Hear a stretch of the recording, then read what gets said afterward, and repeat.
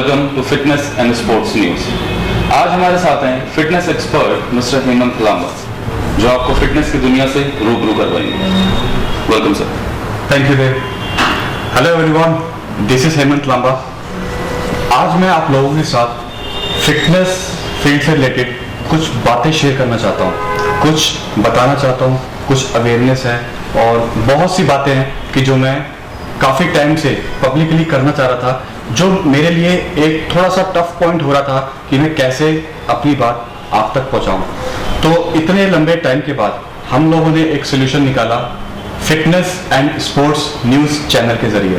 तो ये आज हमारा फर्स्ट टेलीकास्ट है fitness and sports news channel पे, कि जो सिर्फ फिटनेस इंडस्ट्री के लिए निकाला गया है, फिटनेस पर्सन के लिए निकाला गया है, चाहे वो बॉडी बिल्डर हो, चाहे वो हमारा पावर लिफ्टर हो, चाहे कोई भी एथलीट हो, किसी भी फील्ड पे वो खेलता हो। जब मैंने अपना कैरियर फिटनेस फील्ड के अंदर स्टार्ट किया तो मेरे आगे कई चैलेंजेस आए, कई ऐसी चीजें आई कि मैं ये सोचने में मजबूर हो गया कि कैसे इनको दूर किया जाए, क्योंकि वो प्रॉब्लम्स बहुत सीरियस प्रॉब्लम है बॉडी बिल्डर्स की, फिटनेस इंडस्ट्री से बिलोंग करने वाले हर एक बंदे की। तो मेरा फोकस पिछले एक साल से उस चीज़ों में था कि वो चीज़ें हम लोग इस फिटनेस इंडस्ट्री से दूर कर पाए।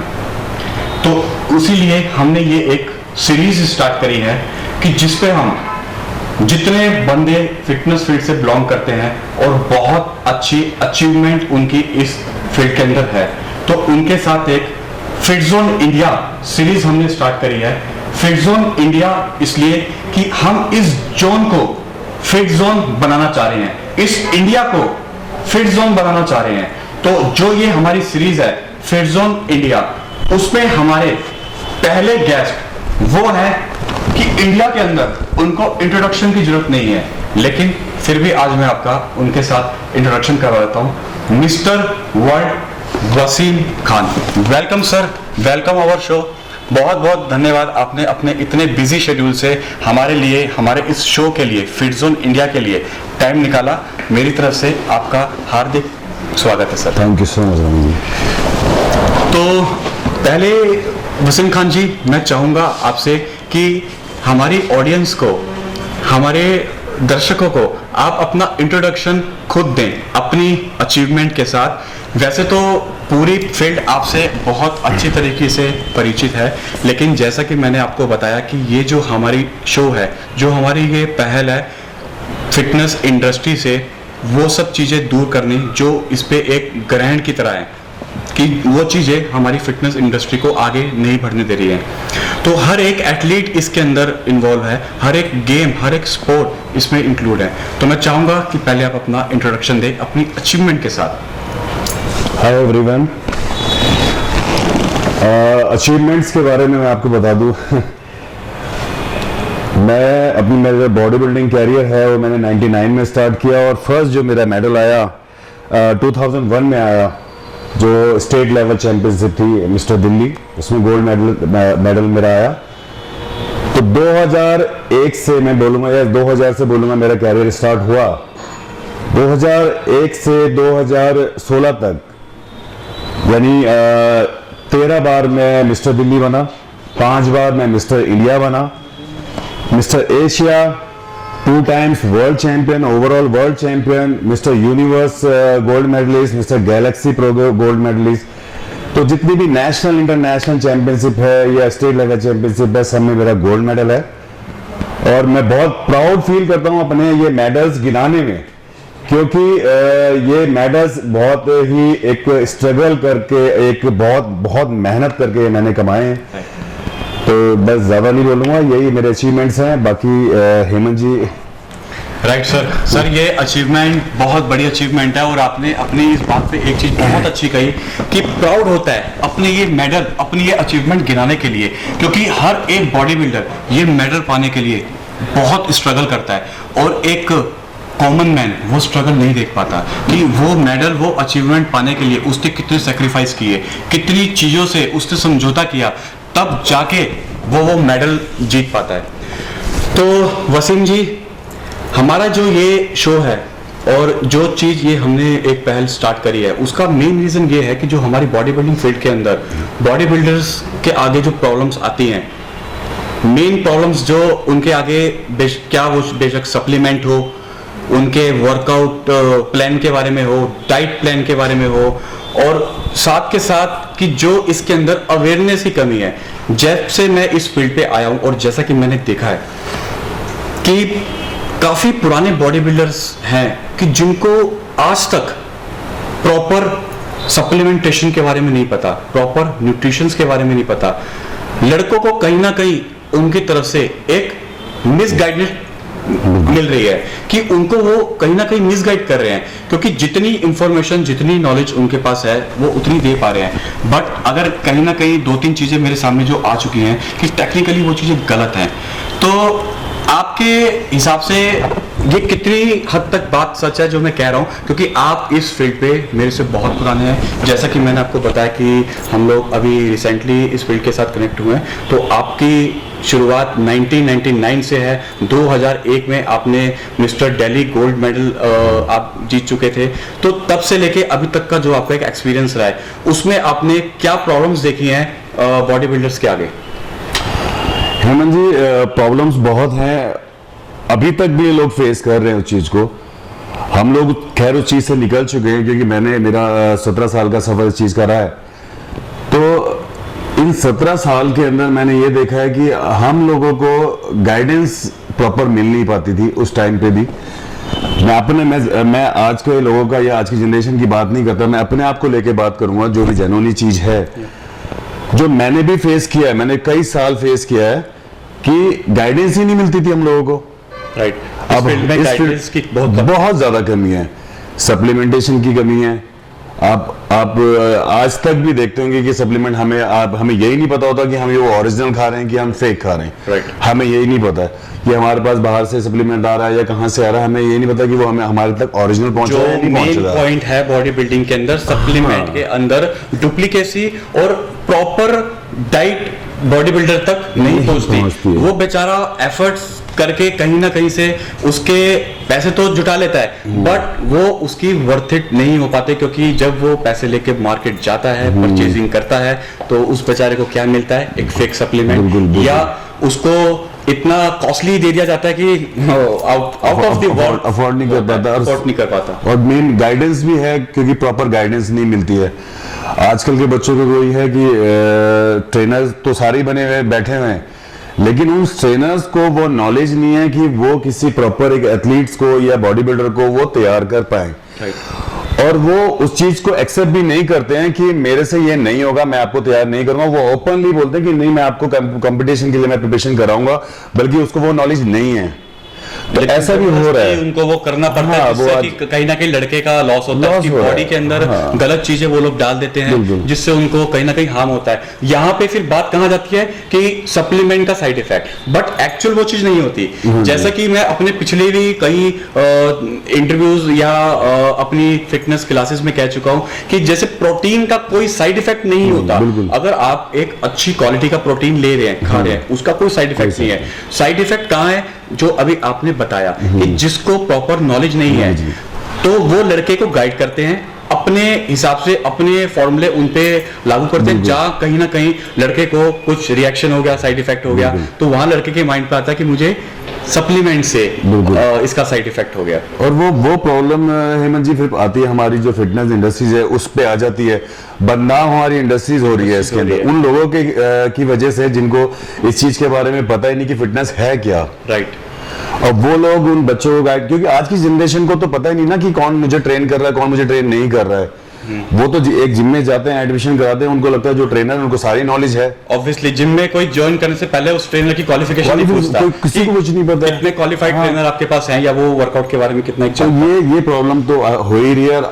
अब ये तो आप जान ही रहेंगे, तो आगे तक भी चलती रहेगी। लेकिन आप जब ये सारी चीजें आपके चैनल के थ्रू लोगों को तो पता चल रहा है, तो मे बी काफी हद तक इसका सोल्यूशन निकलेगा। राइट। एक अवेयरनेस लोगों के अंदर आएगी कि कहाँ पे वो लोग चूक रहे हैं, कहाँ पे गलती हो रही है, बिल्कुल। कि जो छोटे छोटे पॉइंट्स हैं कि उसको कैसे दूर किया जाए। हमारा काम है सिर्फ एक ऑडियंस के सामने, हमारी इस फील्ड के सामने ये सब बातें लाना। बिल्कुल। और यही चीज मैं सबसे कहना चाहूंगा कि इस शो का मोटिव सिर्फ और सिर्फ अवेयरनेस है। हम यहाँ कोई सप्लीमेंट कंपनी की बात नहीं कर रहे, हम यहाँ किसी सर्टिफाइड ट्रेनर की बात नहीं कर रहे, हम यहाँ बात कर रहे हैं कि क्या प्रॉब्लम इस फील्ड के अंदर है और अवेयरनेस जो लड़कों तक पहुंचनी चाहिए कि जो लॉस, जो नुकसान लड़कों को हो रहा है, बॉडी बिल्डर्स को हो रहा है, इस फील्ड से बिलोंग करने वाले हर एक बंदे को हो रहा है, वो अवेयर रहें। और अवेयर जब आप होंगे, जब आपके सामने प्रॉब्लम होगी, तो ऑटोमेटिकली आप उस प्रॉब्लम का सोल्यूशन ढूंढने के लिए बाहर आएंगे। तो ऑब्वियसली जब कोई प्रॉब्लम का सोल्यूशन ढूंढा जाता है तो बहुत जल्द वो सोल्यूशन मिल जाता है, बट आपको प्रॉब्लम पता होनी चाहिए। आज हम वो कुछ प्रॉब्लम्स आपके सामने लेके आएंगे। अभी मैं आपको कोई सोल्यूशन नहीं दूंगा उन प्रॉब्लम्स का। आज इस शो में मैं आपको कोई सोल्यूशन नहीं दे रहा, सिर्फ और सिर्फ प्रॉब्लम्स आपके सामने ला रहा हूं। अब इनमें से देखने वाले कई लोग कहेंगे कि यार हमारी प्रॉब्लम हमें पता है, ये प्रॉब्लम है, बट मैं आज हमारी इस कन्वर्सेशन में ऐसी चीजें आपके सामने आएगी कि वो प्रॉब्लम, एक्चुअल प्रॉब्लम है क्यों, वो चीज आपको पता लग पाए। तो जब प्रॉब्लम सामने आएगी तो हम उसका सोल्यूशन भी तभी ढूंढ पाएंगे। तो वसीम जी, ये बात तो थी एक सप्लीमेंट की, कि सप्लीमेंट पे लड़कों को ओरिजिनल सप्लीमेंट नहीं मिल पाता, ट्रेनर को प्रॉपर पता नहीं होता, या कई बंदे, हम अगर पर्टिकुलर ट्रेनर की भी बात ना करें, कई सप्लीमेंट शॉप वाले भी ऐसे हैं कि जिनको प्रॉपर डाइट शेड्यूल का नहीं पता, या हम जिम ऑनर की बात करें, या इस फील्ड से बिलोंग किसी भी की, हर एक बंदे को प्रॉपर नॉलेज नहीं है। तो कहीं ना कहीं उस नॉलेज की कमी होने के कारण नुकसान लड़के का हो रहा है कि वो उसको अपने हिसाब से सजेस्ट करते हैं, तो और लड़कों को अगर प्रॉपर चीज नहीं मिल पाती तो उसको उनका रिएक्शन होता है, जहां उनको लगता है कि ये प्रॉब्लम सप्लीमेंट की वजह से हुई है, बट सप्लीमेंट की वजह से नहीं हुई, वो मिसगाइडेंस की वजह से हुई है। सेकंड पॉइंट यहाँ पे आता है, लड़कों के सामने जो प्रॉब्लम होती है, जिम में जाते हैं, 1 साल हो गया ज्वाइन कर लिया, 1 साल से वर्कआउट कर रहे हैं, 1.5 साल से वर्कआउट कर रहे हैं, लेकिन जब वो अपने आप को 1-1.5 साल के बाद देखते हैं, वो कहते हैं कि जैसा हमने जिम ज्वाइन किया था आज भी हम वैसे ही हैं। मैं आपसे जानना चाहूंगा कि उसका क्या मेन रीजन होता है कि लड़कों को इतने टाइम पे भी जिम का रिजल्ट क्यों नहीं आ पाता? हेमंत जी, रीजन 2 हैं इसके अंदर। फर्स्ट रीजन ये है, एक तो अभी हम गाइडेंस पे बात कर रहे थे कि गाइडेंस की कमी हो सकता है, जहां वो ट्रेनिंग कर रहा है तो वहां उसको प्रॉपर गाइडेंस नहीं मिल रही है। सेकंड, अगर गाइडेंस मिल रही है तो सेकंड जो रीजन आ जाता है कि वो उस चीज को फॉलो नहीं कर पा रहा होगा। राइट। कि अगर जो उसको उसका ट्रेनर डाइट बता रहा है, जो भी A to Z उसको बताया जा रहा है, तो वो उसको फॉलो नहीं कर रहा होगा। क्योंकि मैं भी एक एथलीट हूं, मैं भी एक्सरसाइज करता हूं कि कोई भी बॉडी ऐसी नहीं है कि 4-5 साल लगातार वर्कआउट कर रहा है, लगातार वो डाइट फॉलो कर रहा है, हर चीज फॉलो कर रहा है और उसमें रिजल्ट ना आए। राइट।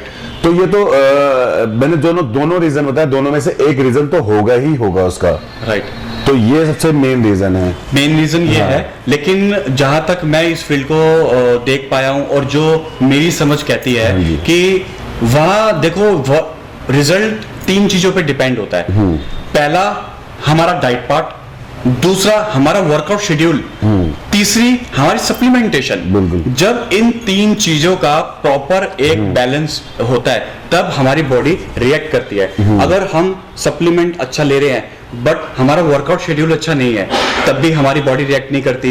या हमारा वर्कआउट शेड्यूल भी अच्छा है, सप्लीमेंट भी ले रहे हैं, सप्लीमेंट के साथ साथ हमें नेचुरल डाइट भी चाहिए होती है। अगर हम वो चीज भी बिल्कुल छोड़ देते हैं तब भी हमारी बॉडी एक्सेक्ट रिएक्ट नहीं करती। तो मैं ये बात सबको बताना चाहूंगा, सब ऑडियंस को बोलना चाहूंगा कि 3 चीजों पे हमारी बॉडी प्रॉपर रिएक्ट करती है, प्रॉपर रिजल्ट मिल पाते हैं, कि आपका वर्कआउट शेड्यूल, आपका डाइट पार्ट और आपका सप्लीमेंट पार्ट। जब ये तीनों चीजें मिक्सअप होती हैं, बैलेंस पे चलती हैं, तब हमारी बॉडी प्रॉपर रिएक्ट करती है। अब मेरी इस बात के ऊपर आप में से कई लोगों के अंदर एक क्वेश्चन आ रहा होगा कि क्या वर्कआउट करते टाइम सप्लीमेंट लेना जरूरी होता है? तो मैं आपको एक चीज बता दूं कि जब हम वर्कआउट करते हैं तो हमारी बॉडी एक्स्ट्रा वर्क कर रही होती है, तो वहां पे हमको प्रॉपर डाइट से पूरा सब न्यूट्रिशंस नहीं मिल पाते। जो हम अपनी नॉर्मल डाइट रखते हैं, जो नेचुरल डाइट है, उस पे हमको सारे न्यूट्रिशंस नहीं मिल पाते। तो वहां पे पार्ट आता है सप्लीमेंट का, कि जो कमी हमारी नेचुरल डाइट पे है वहां सप्लीमेंट हमारी वो कमी पूरी करता है, चाहे प्रोटीन हो। अगर जैसे कि एक स्टैंडर्ड ग्राफ सबको पता है कि अगर आपका बॉडी वेट 70 kg है तो एक नॉर्मल नीड जो है प्रोटीन की पर ग्राम पर kg होती है।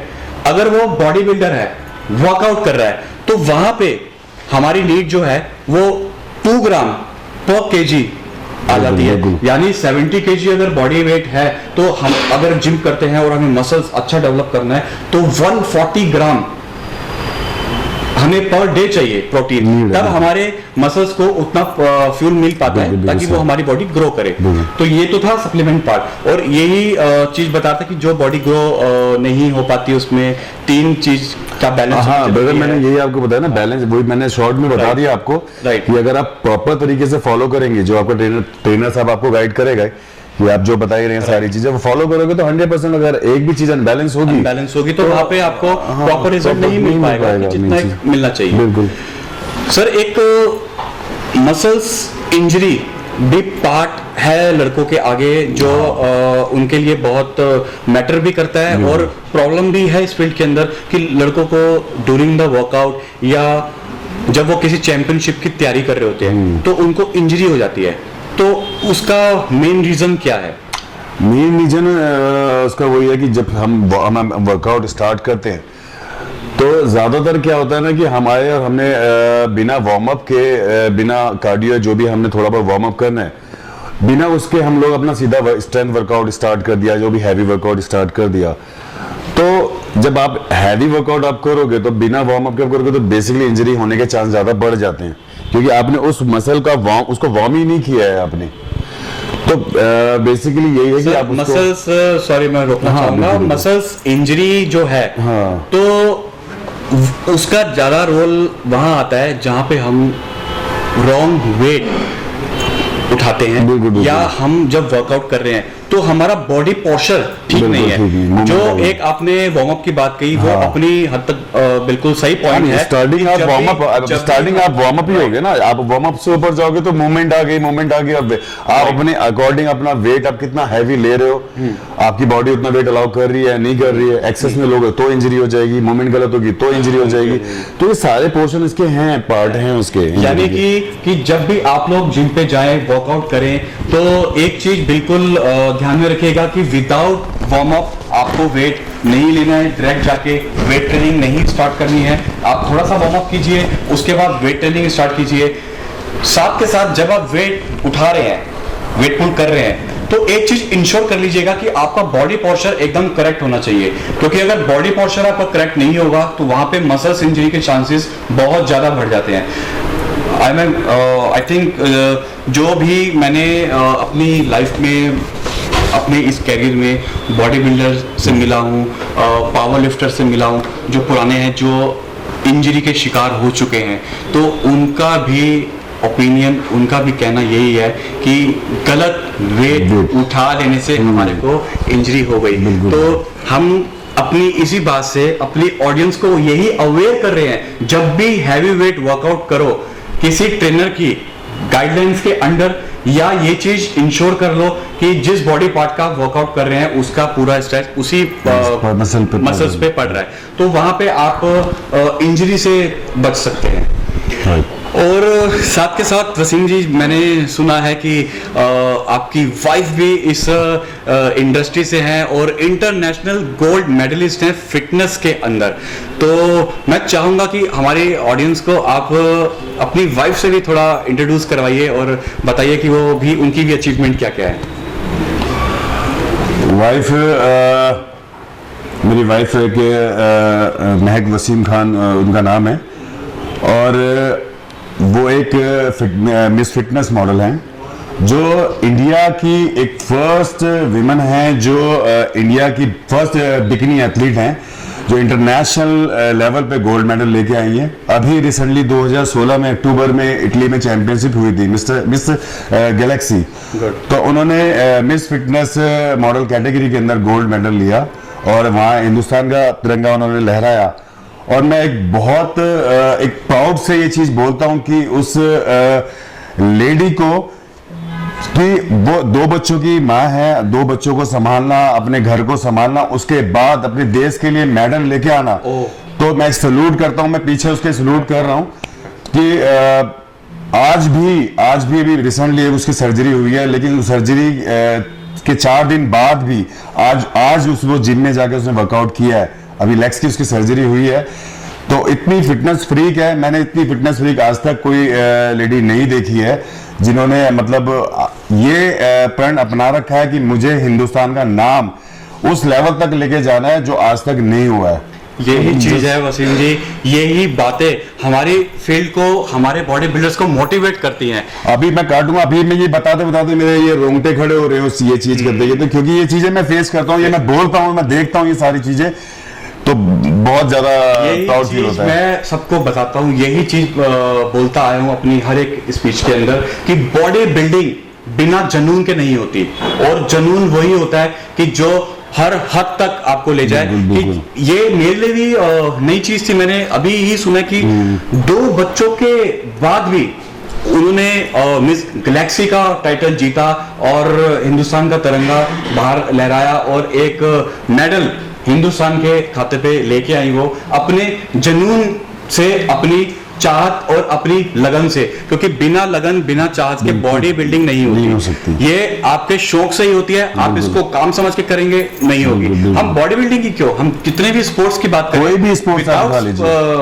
आपकी लगन, कोई भी स्पोर्ट के अंदर आप एक अच्छी अचीवमेंट नहीं कर सकते हैं। इसलिए स्पोर्ट्स पर्सन को कहा जाता है कि उसकी स्पोर्ट्स के प्रति बहुत लगन होती है, और कहीं ना कहीं वो हार्डली उस गेम से जुड़ा है और मेंटली भी उस गेम से जुड़ा है। तो इसलिए किसी भी स्पोर्ट्स पर्सन को अपनी गेम के अलावा कुछ भी नहीं दिखता, और ये एक स्पोर्ट्स पर्सन की स्पिरिट भी होनी चाहिए। बिल्कुल। और वसीम जी, एक लास्ट बात हम करना चाहेंगे, जैसे कि हमने अपनी इस कन्वर्सेशन में काफी चीजें ऑडियंस के सामने हम ला चुके हैं, अवेयरनेस ला चुके हैं, हमने सिर्फ आज उनको प्रॉब्लम्स बताई हैं। बिल्कुल।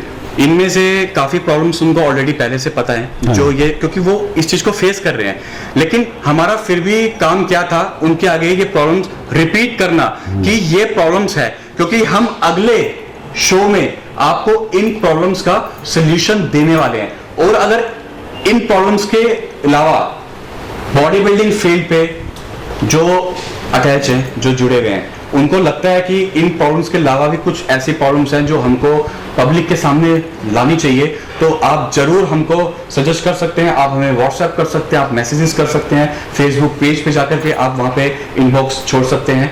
और साथ के साथ मैं एक लास्ट बात आपसे ये करना चाह रहा था कि जैसे कि इंडिया के अंदर body building federations, body building associations बहुत सी हैं, और डे बाय डे बढ़ती ही जा रही हैं।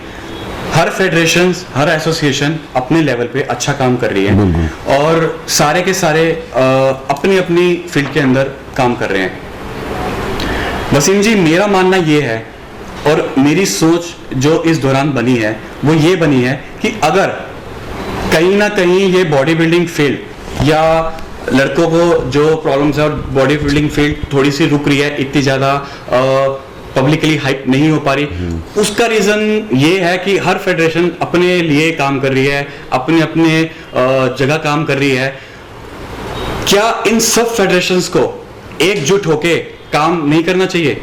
नहीं हेमंत जी, मेरा भी यही मानना है। मैं भी एक फेडरेशन का प्रेसिडेंट हूँ, IBFF का, तो मेरा भी यही मानना है कि पूरे हिंदुस्तान में जितनी मेरे हिसाब से आज की डेट में 8 से 10 फेडरेशन चल रही हैं, तो मेरा भी यही मानना है कि उन सारी फेडरेशन को एक हो जाना चाहिए, और जब एक यूनिटी होगी तो उसमें प्लेयर का भी भला होगा, तो और उनको वो चीज दी जाएगी जो अलग अलग पार्ट में नहीं दी जा रही। मैं भी एक फेडरेशन चला रहा हूँ, हो सकता है मैं भी उतना नहीं दे पा रहा हूँ जो आउटपुट जो मुझे देना चाहिए, या जब वो सारी 8-10 फेडरेशन एक हो जाएंगी तो उस एथलीट को उतना आउटपुट मिलेगा और उतना वो सब चीजें मिलेंगी जो वो चाहता है।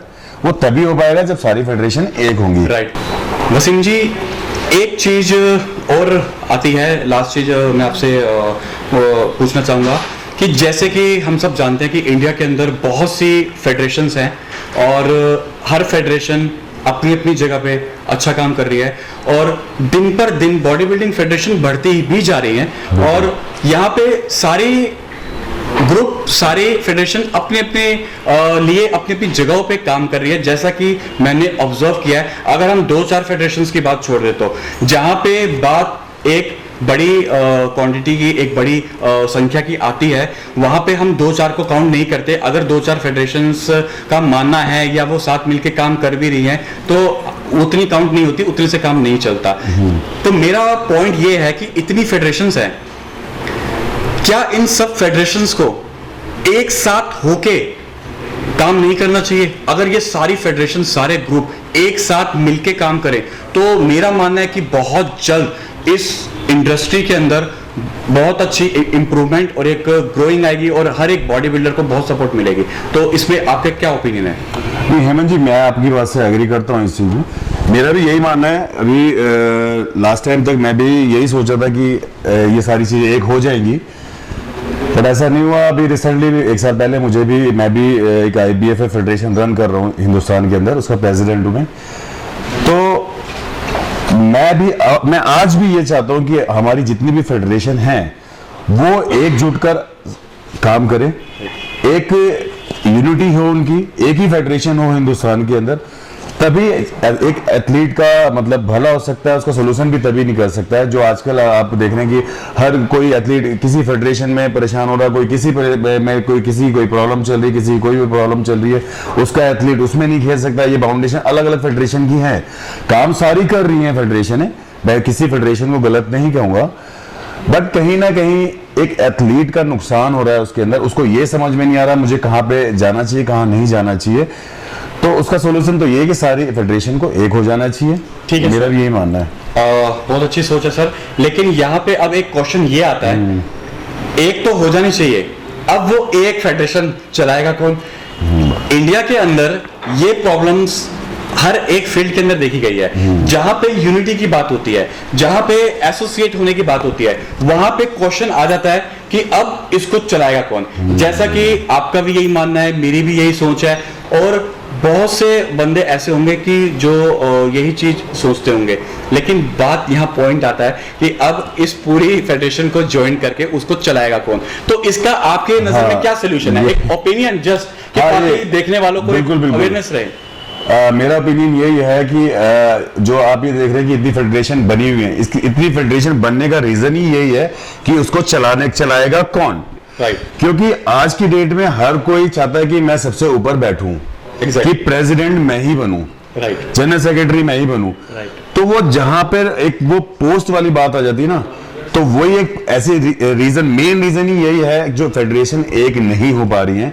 क्योंकि मैं एक फेडरेशन बना रहा हूँ, मेरी पर्सनली अपनी ये ओपिनियन है, मुझे कोई पोस्ट नहीं चाहिए अगर मैं फेडरेशन को रन कर रहा हूँ या मैं कहीं जुड़ना चाहता हूँ या जुड़ती हैं तो मुझे इससे कोई मतलब नहीं है। मुझे सिर्फ बॉडी बिल्डिंग, मुझे मुझे कंपटीशन कराने, लड़के प्रमोट करने, आगे लेके जाना है, बस मेरा ये है, मायने नहीं रखती। हाँ, इससे मेरा कोई मतलब नहीं। लेकिन जो फेडरेशन इतनी बनके एक नहीं हो पा रही है, उसका रीजन सबसे बड़ा यही है कि हर कोई चाहता है कि मैं प्रधान बनूं। तो प्रधान तो एक ही बन सकता है, 8 तो बनेंगे नहीं। बिल्कुल। तो वो हर 8 के 8 बंदे प्रधान बनना चाहेंगे तो वो ऐसा हो नहीं सकता।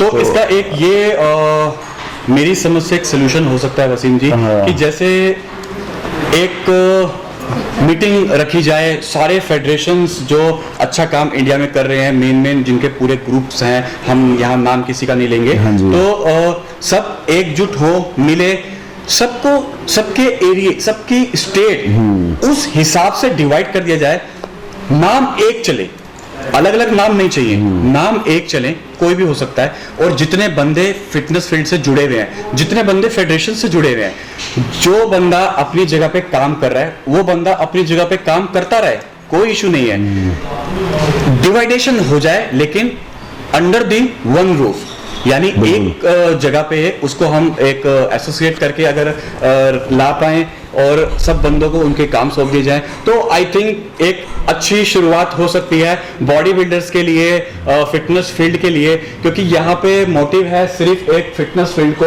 अवेयरनेस देना, एक सही सोल्यूशन लेकर के आना एक ऑडियंस के सामने, एक फिटनेस एथलीट्स के सामने कि क्या एक हम लोग उसके अंदर कर सकते हैं, क्या इसको इम्प्रूव कैसे कर सकते हैं। बट हेमंत जी, ये सोच आपकी है, ये सोच मेरी है, बट थर्ड पर्सन की मैं भी नहीं कह सकता, आप भी नहीं कह सकते उस चीज को ना, कि थर्ड पर्सन जुड़ना चाहता है या नहीं जुड़ना चाहता। मैं जुड़ना चाहता हूँ, आप जुड़ना चाहते हैं, मैं भी एक्सेप्ट कर रहा हूँ, मैं पब्लिकली बोल रहा हूँ इस चीज को कि मैं चाहता हूँ कि एक फेडरेशन रहे।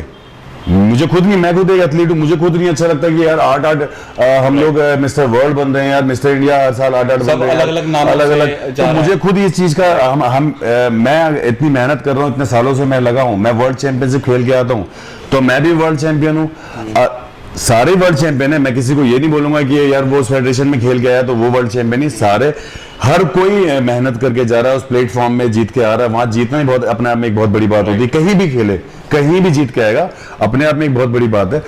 लेकिन उसका मजाक बनाया जा रहा है आज की डेट में हिंदुस्तान में कि यार ये कैसे हो रहा है यार, 8-8 वर्ल्ड 8-8 मिस्टर इंडिया कैसे बन रहे हैं एक ही साल में, इतने कैसे हो रहा है? रीजन वो है कि अलग अलग नाम से जाते हैं, हाँ, अलग बन के बस आते हैं। ये तो प्रॉब्लम हो रही है। यहाँ पे एक क्वेश्चन और आ रहा होगा सभी बॉडी बिल्डर्स के माइंड पे और फेडरेशन वालों के भी माइंड पे कि अगर ऐसा कर दिया जाए तो साल में एक ही मिस्टर वर्ल्ड रहेगा, तो बाकी लड़कों का क्या होगा? कि जो ऐसे तो जो लड़के सेम दिखने वाले हैं उनका नंबर तो कितने सालों बाद आएगा। तो उसके लिए हम कोई और ऑल्टरनेट निकाल सकते हैं कि अलग अलग कैटेगरी वाइज कर दिया जाए, या टाइटल कुछ चेंज कर दिए जाए, या स्टेट वाइज मिस्टर वर्ल्ड रख दिया जाए, mister Delhi mister world type करके कि हर स्टेट का एक मिस्टर वर्ल्ड, कुछ भी किया जा सकता है। यानी मैं जस्ट एक अपना एक उस पे हम लोग कर सकते हैं। और दूसरी चीज, अगर आज हमारी इन बातों के बीच में ये चीजें निकल के आई हैं कि फेडरेशन एक हो जाए, जुड़े कैसे, तो अगर आज हम अपने मन में एक चीज ठान ले कि हम अपनी तरफ से कोशिश करेंगे, अगर हम मानते हैं कि हम कोशिश करेंगे, हमें इम्प्रूवमेंट चाहिए, तो फर्स्ट स्टेप भी हमें उठाना चाहिए।